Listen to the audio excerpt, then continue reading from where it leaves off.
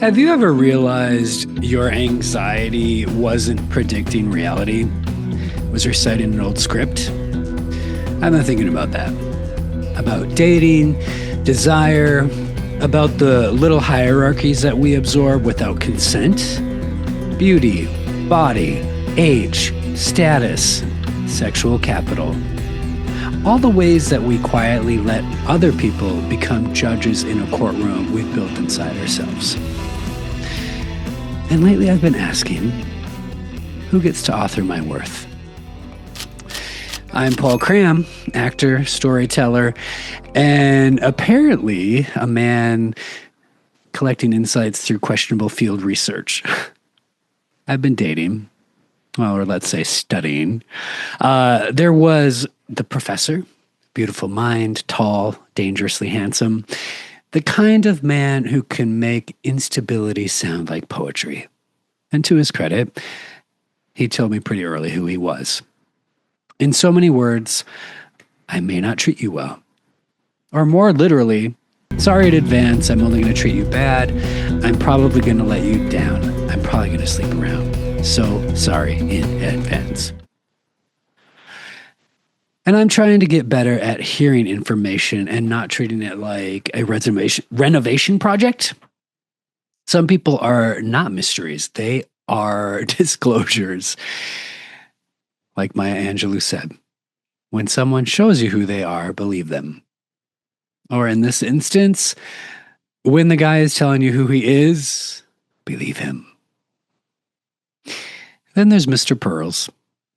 Yes, that's his pseudonym, and no, it's not referring to anything more than a string of pearls around his neck.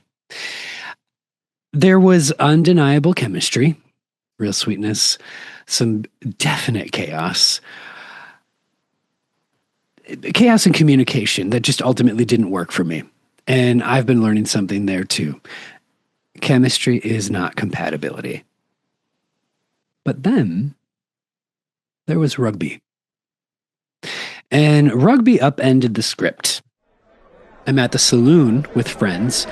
Weekend, packed bar, body, energy, and in walks this man, built like he was assembled by a committee of like linebackers and hipsters, and he comes on strong. And to my credit, I didn't totally get swept up, but I leaned back a little bit, not to play games, but just to like observe, to give him some exits, to kind of make room for nuance. And every time he looped back, he kept finding me. He kept saying in one form or another, you. And yes, I was flattered. I'm not dead. He came home with me. We stumbled into bed. We were well past 2 drinks. There's laughter, there's chemistry, and let's just say it was less of a one-night stand and maybe more of a 5-act play with sleep intermissions. And somewhere around 5 a.m, I woke up and there is this giant man curled up beside me in my not very large bed. And I smiled. And my inner critic is also awake and starting to get loud. And suddenly I am spiraling a little bit. Wait, what's happening here?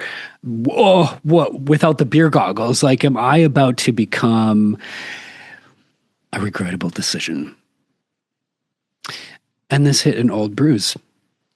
Because years ago, I was literally cast as just that.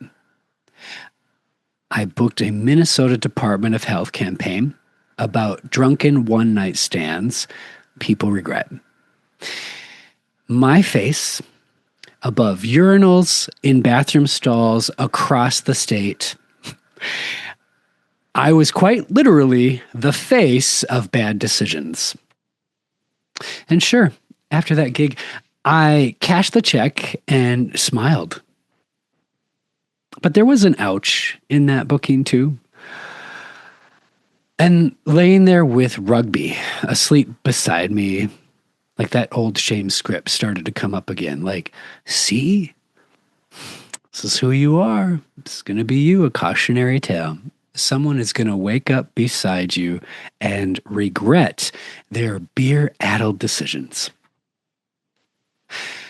But here's what I'm noticing now: old shame scripts keep auditioning for current roles.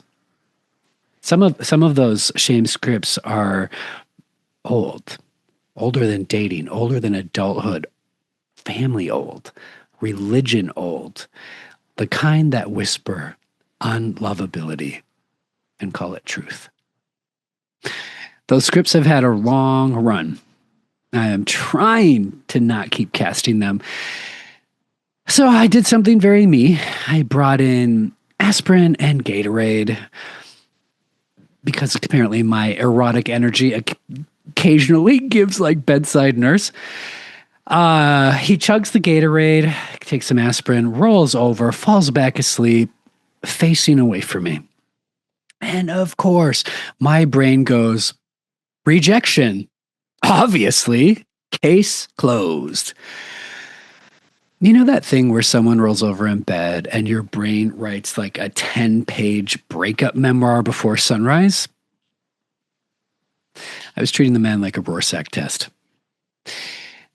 And this is where I learned something. Sometimes the gut is wise, and sometimes anxiety impersonates intuition. Like these are not the same voice.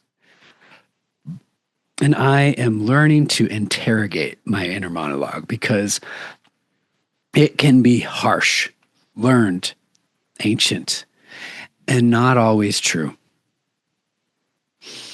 Sometimes a man is just asleep, and sometimes your inner critic is awake too early. Morning comes. I slip out from the sheets, shower, put on Saturday clothes.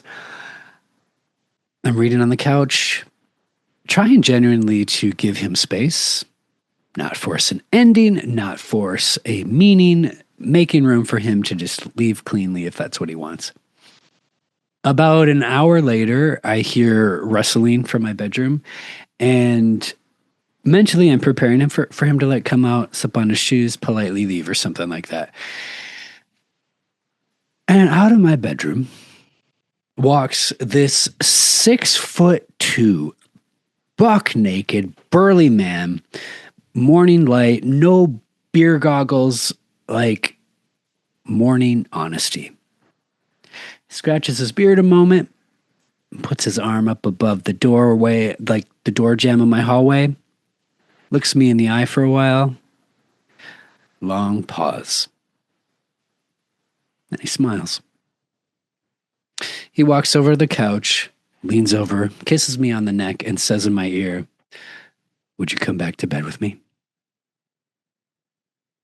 Listener, I did. And we stayed there all morning. And somewhere, an old public health poster quietly burst into flames. And I've thought about that moment a lot. Not because like a hot man wanted me in daylight, you know? I mean, although let's let that be affirming. But it's because I realize how often I have outsourced my worth, my self-regard, as though desire runs downhill in a hierarchy, as though beauty or muscles become a judge. And I'm really trying to unlearn that. Desire doesn't have to be hierarchical. I can be attracted to someone beautiful without turning him into like some sort of a verdict. And also, what about my gaze?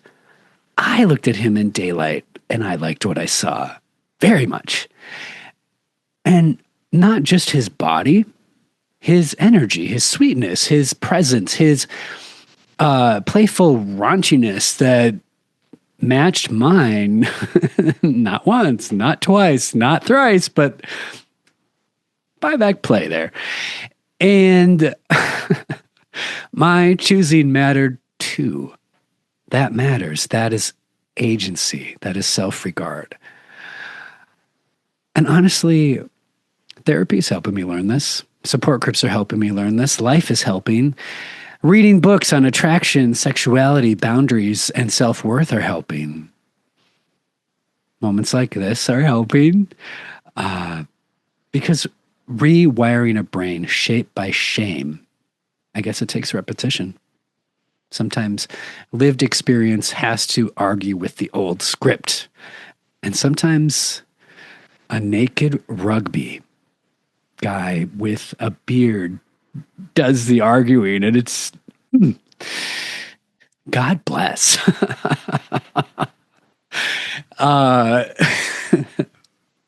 So maybe this episode is not about dating. Maybe it's about this. Who gets to author my worth? Fear? Old shame? The marketplace of desirability? Or me? And I'm trying, maybe for the first time, to really live from this place. I'm still learning. I'm still dating. I'm still occasionally drawn to men with brooding eyes and questionable emotional... Yeah. I trust myself more now. And I think that that's sexy, frankly. And maybe healing is partly this. Rejecting old scripts that audition and just not giving them the part. If this resonates, if you've ever mistaken anxiety for intuition, or an old shame story is trying to narrate a new experience for you, drop a like, comment, share with me. I don't know. Do all the things. Yeah. Do all the things. Do all the things. There's more weirdness ahead, obviously. So until next time, trust your gut, cross-examine your inner narrator, and remember, sometimes a man is just asleep. Smooches.